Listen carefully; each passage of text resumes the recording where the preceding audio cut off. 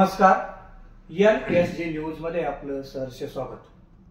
पुरस्कार कोणाला आणि का द्यावा, प्रत्येकाच्या सामाजिक कार्याची पावती म्हणून पुरस्कार हा शब्द वापरला जातो आणि पुरस्कार दिला जातो. परंतु पुरस्काराचा आता बाजार नक्कीच होताना दिसतो. वशिला असेल किंवा श्रेयाच्या वादामुळे पुरस्कार हा सदैव वादाच्या भोवऱ्यात सापडत असतो. परंतु हाच पुरस्कार योग्य काम करणाऱ्या माणसाला दिला गेला तर त्या पुरस्काराची उंची वाढली जाते. असाच एक सुंदर उपक्रम महाराष्ट्र राज्याचा 2025 चा शिवनेरी भूषण पुरस्कार तालुक्याचे आमदार शरददादा सोनवणे यांच्या संकल्पनेतून आणि सर्व जुन्नर वासियांच्या माध्यमातून दिला जाणारा शिवनेरी भूषण पुरस्कार एका ध्येयवेड्या आणि सर्वसामान्य गरीब कुटुंबातून वृक्षमित्र म्हणून अनेक पुरस्कार प्राप्त करणारे जालिंदर कोरडे यांना हा पुरस्कार प्रदान करण्यात आला. त्यांचं परिसरातून कौतुक होत आहे, कारण की योग्य माणसाची निवड आमदार साहेब असेल, जुन्नर तालुका आणि महाराष्ट्र शासनाने केली. यांचे नक्कीच कौतुक होत असताना आज आपल्या स्टुडिओमध्ये जालिंदर कोरडे हे उपस्थित झालेले आहेत. आपण त्यांच्याशी संवाद साधणार आहोत. नमस्कार भाऊ. नमस्कार. वृक्षमित्र हा सन्मान आपल्याला मिळतोय, याची प्रेरणा प्रत्येकाच्या आयुष्यामध्ये एक प्रेरणा असते. आपण कोणापासून ही प्रेरणा घेतली? कसं आहे, ही मुळात प्रेरणा, पुरस्काराची प्रेरणा येणे हे कधी बुद्धीमध्ये आलंच नाही. आपण जे सांगितलं ना, ही प्रेरणा, पुरस्काराची प्रेरणा, ही मला पुरस्काराची कधी प्रेरणा नाही दिसत. मुळातच काम करीत राहणं, ज्या माध्यमातून आपल्याला गावची सेवा करण्याचं, ज्या मातीत जन्माला आलोय आपण, त्या मातीची सेवा करणे हे एक मी आद्य कर्तव्य समजतो. किंवा मला त्या झाडांबद्दलची जी काही त्यांचं जे परोपकारी जे आहे, झाड काय काय करतं, जसं दोन सेवा मी नेहमी सांगत असतो साहेब, दोन सेवा अत्यंत महत्वाची आहे. त्या तुमच्या माध्यमातून, तुमच्या चॅनलच्या माध्यमातून सर्व माता बहिणी बंधू भगिनींपर्यंत पोहोचल्या पाहिजे, ती जनजागृती झाली पाहिजे. त्या दोन सेवा अत्यंत मोस्ट इम्पॉर्टंट आहे.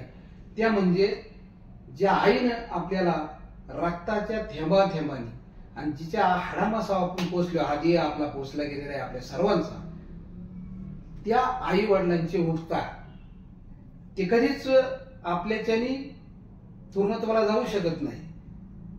त्या आई वडिलांची सेवा आणि दुसरी गोष्ट, जो आपला संवाद चाललाय, जे आपल्या अंगावरती वस्त्र आहे, ज्याच्यासाठी आपण आपल्याला मित्र भेटतात, ज्याच्यासाठी आपण मंदिरामध्ये जातो, ज्या देवतेची उपासना करतो, आपल्याला अनेक मित्रमंडळी भेटले जातात, आपल्याला प्रेमाचे भेटले जातात, सर्व आपल्याला सर्वच लागतात. हे सर्व कोणच्यामुळे भेटतात माहितीये?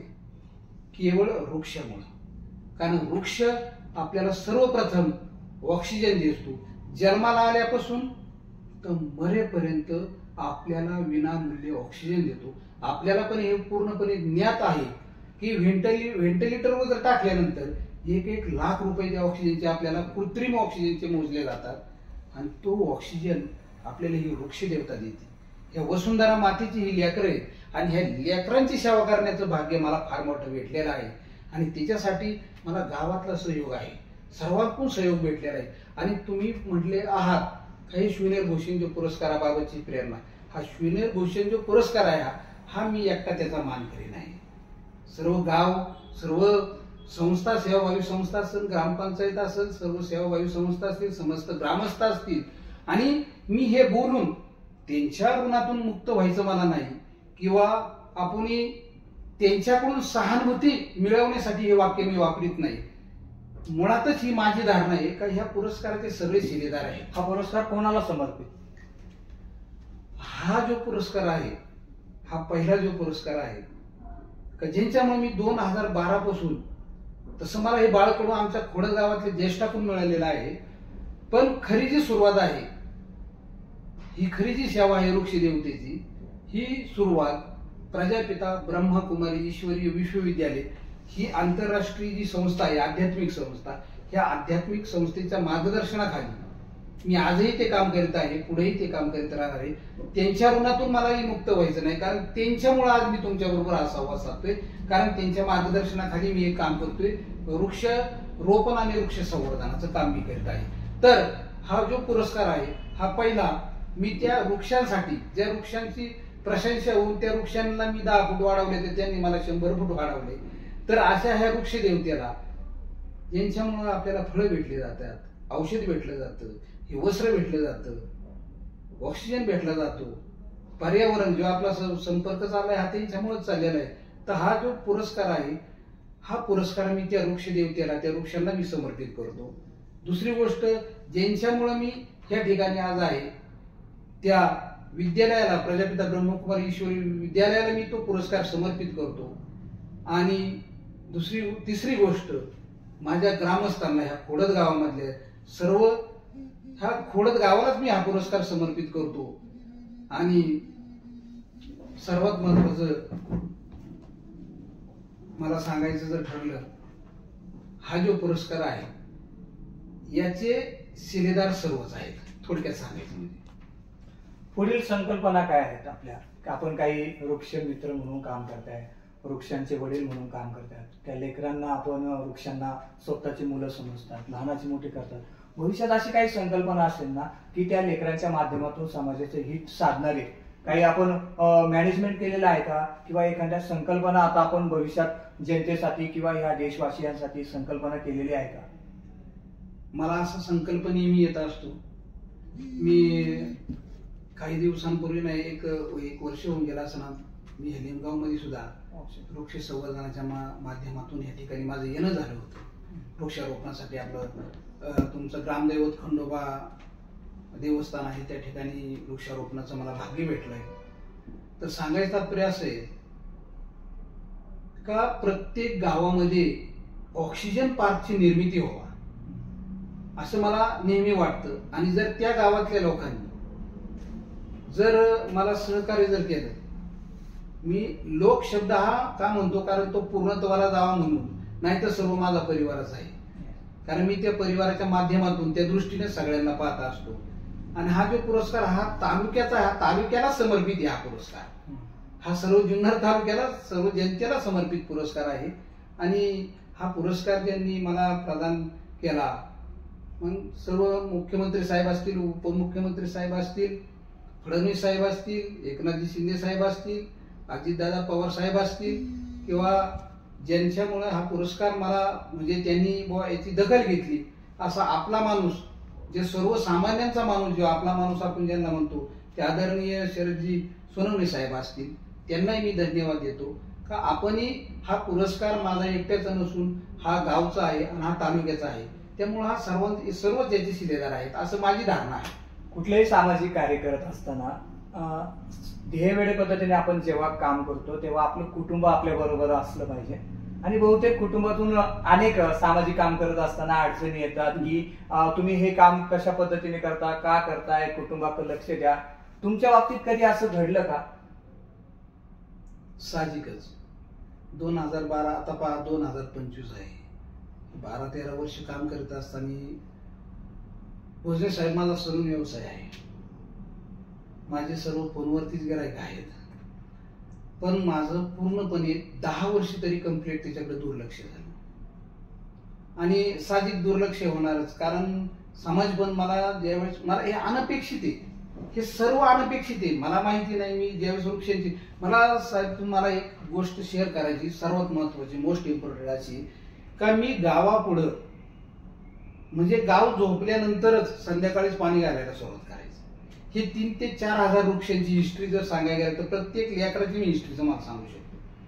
अनेक झाडं, जवळजवळ 10,000 पेक्षा जास्त झाडं गावाच्या म्हणजे बाहेर गावीमध्ये सुद्धा रोपं तयार करून तुमच्या ह्या लिंगाव मध्ये सुद्धा मी जवळजवळ 1,000 ते 2,000 झाडांचं वाटप केलेलं आहे. म्हणजे अशी अनेक झाडांची वाटप किंवा भारतीय वंशीची जी झाडं आहेत ती पण मोठी करून मी अशी सगळ्यांना ती झाडं दिलेली आहेत, वाटलेली आहेत अनेक कार्यक्रमामध्ये. मग ते कार्यक्रमाचं औचित्य म्हणजे कोणता वाढदिवस असेल, कुठं लग्न सोहळा असेल, कुठल्या दशक्रिया वगैरे असेल तर कुठलाही गाजावाजा न करता, कुठल्याही मीडिया पुढे न जाता हे काम आपलं जी व्यक्ती संबंधित असेल तिच्याकडे द्यायचं, याला तुम्ही वाढवा. तुमच्या आईची आठवण असेल, तुमच्या वडिलांची आठवण असेल, ह्या त्या स्मृतीमध्ये तुम्ही वाढवा. ते झाड बघा तुम्हाला ती कायमस्वरूपी तुमच्या आई वडिलांची आठवण देईन, तुम्हाला फळं देईन, फुलं देईन, तुम्हाला विनामूल्य ऑक्सिजन देईन. आणि मला एक साहेब एकच सांगायचं, मी नेहमी सांगत असतो प्रत्येक चॅनलमध्ये किंवा कुठल्याही मला जर संपर्क आला मुलाखत द्यायची त्याच्यामध्ये मी नेहमी सांगतो, तुम्ही 4 कोटीचा बंगला बांधा, हो 4 कोटीचा बंगला बांधा, पण निदान त्या बंगल्यामध्ये राहण्यासाठी माझा प्रश्न असा आहे, तुम्ही ऑक्सिजनची माझा प्रश्न असा आहे, कुटुंबामध्ये तुम्हाला हे काम करत असताना अडवलं गेलं का किंवा अडचण? मी सांगतो ना तुम्हाला. फक्त विषय असा आहे का ते ऑक्सिजनची, मी झाडाच्या संदर्भात बोलतोय. 4 कोटीचा बंगला बांधला तुम्ही आणि त्याला 10 लाखाचा कलर दिला तरी त्याला अस्तित्व नाही, पण झाडाला बाकी अस्तित्व आहे. म्हणून ते ऑक्सिजनची सोय म्हणून तरी तुम्ही तुमच्या घराच्या कडेला 4 झाडं लावावी असं मला वाटतं नेहमी. कारण तुमच्या मुलाबाळांना सुद्धा ऑक्सिजन भेटला जाईल असं आहे. आणि तुम्ही जे म्हटला आहात आता मुलाखतीमध्ये तुम्ही बोलत असताना माझ्यावर, कारण तुम्हाला घरातून काही विरोध आला का? अजिबात नाही. मला विरोध झालाच नाही मुळात. कारण समाज काय आहे, ह्या मुलाला जे ज्येष्ठ असेल ते म्हणायचे या पोराला झाडाचं वेळ लागले. गावामध्ये झाडं आपली त्यावेळेस 22 झाडं असतील पूर्ण गावठाणामध्ये, पण आमचे बंधू असे संबंधित, आता एकाचं जर नाव घ्यायचं ठरलं तर दुसरी व्यक्ती दुःखी होऊ शकते. म्हणून मला कुठल्याही व्यक्तीचं नाव नाही घेता, ज्यांना समजायचे त्यांना समजेल, पण सगळाच पुढं हा माझा परिवार आहे. आज आमचे आई वडील राहिले नाही. मी चॅनलमध्ये सांगितलंय, म्हणजे मुलाखतीत सांगितलंय का त्यांची छत्रछाया आम्हाला नाही, पण गाव हीच माझी छत्रछाया समजून मी सगळ्यांशी समदृष्टीनंच पाहत असतो. म्हणून प्रत्येकाने दुष्काळामध्ये सुद्धा पाण्याचे टँकर वगैरे दिलेले आहेत. आम्ही रातच काम करायचं. हे सर्व आमचं काम समाजापुढं हे आम्ही दिवसा कधी काम नव्हतं करीत असा विषय. आणि हे करीत असताना घरातल्यांचा माझ्यावरती विश्वास होता. याच्यामध्ये आमच्या पत्नीचा सुद्धा फार मोठा सहवास आहे. सर्वात सांगायचं महत्वाचं म्हणजे पत्नीचा सुद्धा फार मोठा सहवास आहे. कोणी जर वृक्ष जे काय झाडं जी सुंदर दिसायची गावाला भेट द्यायला आली तर त्यांना चहा पाण्याला जर घरी घेऊन गेलं तर मी त्यांनाही माहिती होतं हे दुकानामध्ये काही काम करीत नव्हते. तर आमची मंडळी म्हणजे टेलरिंगचा व्यवसाय असल्या कारणाने ते घर तीच चालवित होती. तर 10 वर्ष याच्यामध्ये अपरोक्ष म्हणजे तिचा सुद्धा फार मोठा वाटा आहे. प्रत्येक कर्तृत्वान पुरुषाच्या पाठीमागे एका स्त्रीचा हात असतो. हेच गोष्ट जाणीव म्हणून आज आपल्या माध्यमातून नक्कीच ऐकायला मिळते. मला एक शेअर करायचा मुद्दा तुमच्याबरोबर, का तो मी कुठल्याही मीडियावाल्यांपर्यंत आतापर्यंत शेअर केला नव्हता. पण चला योगायोग आलाय म्हणून जवळजवळ मी 25 वर्ष हे कार्याच्या अगोदर माझ्या सलून व्यवसायातून जे गोरगरीब असतील, सेव्हिंग करायला त्यांच्याकडे पैसे नाहीत, ते वृद्ध असतील, अपंग असतील, अशा व्यक्तींचे मी कुठलाही गाजावाजा न करता 25 वर्ष होऊन गेले, आजही मी ती सेवा करत आहे. वा, खूप छान. दुसरी गोष्ट, मला त्याच्यातून पण जसं सचिन तेंडुलकरची भूक भागली नाही तसं मला पण वाटायचं की अजून आपण काहीतरी समाजासाठी केलं पाहिजे. त्याच्यानंतर सगळ्यांच्या सहयोगाने, असं म्हटलं जातं, सर्वांच्या सहयोगाने सुखमय संसाराची निर्मिती होत असते. म्हणून सर्वांचा सहयोग घेऊन गावामध्ये जर पुढं एखाद्या व्यक्तीवरती नैसर्गिक आपत्ती आली असेल, एखाद्याचा ऍक्सिडेंट वगैरे झाला असेल, तर त्या घटनेचं गांभीर्य मी प्रत्येकाला सांगायचं. आणि प्रत्येकाकडून एखादी व्यक्ती जर 500 देत असेल तर मी 500 घेत नव्हतो, पण 100 घ्यायचा. असं नाही फोन केलाय ऑनलाईन वरती पैसे टाकला असं मी नाही. मी प्रॅक्टिकल मध्ये काम केलंय. प्रत्येक व्यक्ती जवळ जाऊन त्याला घटनेचं गांभीर्य सांगितलं आणि त्याची जी दातृत्वाची भावना आहे, जी देण्याची भावना, ती कायमस्वरूपी राहण्यासाठी 100 घ्यायचा. असं मी 400-500 लोकांकडून पैसे गोळा करायचा. आणि ते पैसे घेतल्यानंतर गावचे जे प्रथम नागरिक असेल त्यांच्या हातामध्ये देऊन संबंधित जी पीडित व्यक्ती आहे त्यापर्यंत ती पोहोचवायचा. असे गावामध्ये लाखो रुपये आतापर्यंत मी तो शब्द 20 वर्षापूर्वीच काढून टाकलाय. मी जबाबदारीने बोलतो, कारण मी फक्त निमित्त मात्र आहे. एक खोडद गावचा मुखवटा आहे. जबाबदारीने बोलायचा विषय असा आहे का हे सर्व माझं भाग्य आहे, का लोकांचा विश्वास आहे आणि त्या माध्यमातून मी ती एक सेवा करीत आहे. याच्यातूनही सुद्धा माझी भूक भागली नाही. तर 2012चा काळ उजाडला, आपण मगाशी सांगितल्याप्रमाणे. आणि प्रजापिता ब्रह्मकुमारी ईश्वरी विश्वविद्यालय यांच्या माध्यमातून जी गोकुळग्राम ही संकल्पना आहे, तर माझं एक पुस्तक सुद्धा तिच्यावरती प्रकाशनाच्या मार्गावरती आहे. तर ही गोकुळग्राम संकल्पना महाराष्ट्र राज्याचे संयोजक आदरणीय दशरथ भाईजी भागवत, आदरणीय नारायणगाव सेवा केंद्राच्या संचालिका संगीताबाई जे असतील आणि आमच्या खोडदगावच्या आदरणीय कांताबाई जे असतील, तर ह्या सर्वांचे मार्गदर्शन आणि सर्व परिवाराचं मार्गदर्शन आणि सर्व गावाला घेऊन हे वृक्षारोपणाची सुरुवात झाली. आणि पाहता पाहता आज हे वृक्ष स्वयंभू झाले. तुम्ही आमच्या खोडदगावामध्ये ज्यावेळेस असाल त्यावेळेस प्रत्येक झाड तुम्हाला सलाम केल्याशिवाय राहणार नाही. हा आमचा स्वाभिमान आहे, अभिमान नाही. नक्की साहेब, तुमच्या खोडदगावाला आम्ही नक्कीच भेट देऊ आणि तमाम महाराष्ट्रातील जनतेला ही विनंती करतो की आपण अशा ध्येयवेड्या माणसाच्या, एका वृक्षमित्राच्या, ज्यांनी आपल्या लेकरांना, वृक्षांना मुलं समजली आणि मुलांना लहानाची मोठी करत असताना, काम करत असताना ज्या अडचणी आयुष्यामध्ये आल्या त्यामध्ये अनेक प्रसंग त्यांनी सांगितले. हे श्रेय त्यांनी आपल्या जन्मभूमी शिवनेरी भूमीला दिले.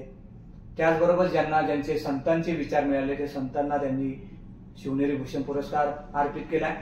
आपल्या जुन्नर भूमीतील सर्व घटकांना आणि त्यांच्या गावाला, सर्वात महत्वाचं गावाचा अभिमान असणं हे फार गरजेचं असतं. आणि हा अभिमान कोरडे साहेबांच्या बोलण्यातून नक्कीच आपल्याला दिसून आला की त्यांनी हा पुरस्कार समर्पित केलाय आपल्या स्वतःच्या जन्मभूमीला. आणि सर्वात महत्वाचं प्रश्न फार महत्वाचा होता की कुठलेही सामाजिक काम करत असताना, कौटुंबिक असेल, धार्मिक असेल किंवा सामाजिक असेल, असे कुठलेही काम आपण घेत असताना आपल्याला विरोध मात्र होत असतो. परंतु जालिंदर भाऊ कोरडे यांच्या आयुष्यामध्ये त्यांची पत्नी ही सदैव त्यांच्या पाठीशी उभी राहिली.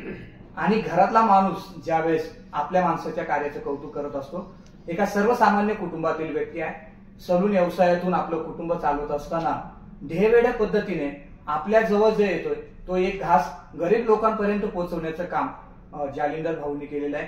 नक्कीच एका चांगल्या माणसाला, योग्य माणसाला शिवनेरी भूषण पुरस्कार जुन्नर तालुक्याचे विद्यमान आमदार जनतेच्या वतीनं हा पुरस्कार त्यांना मिळालाय. कोरडे साहेब, तुम्हाला तुमच्या पुढील वाटचालीसाठी मनापासून शुभकामना, शुभेच्छा.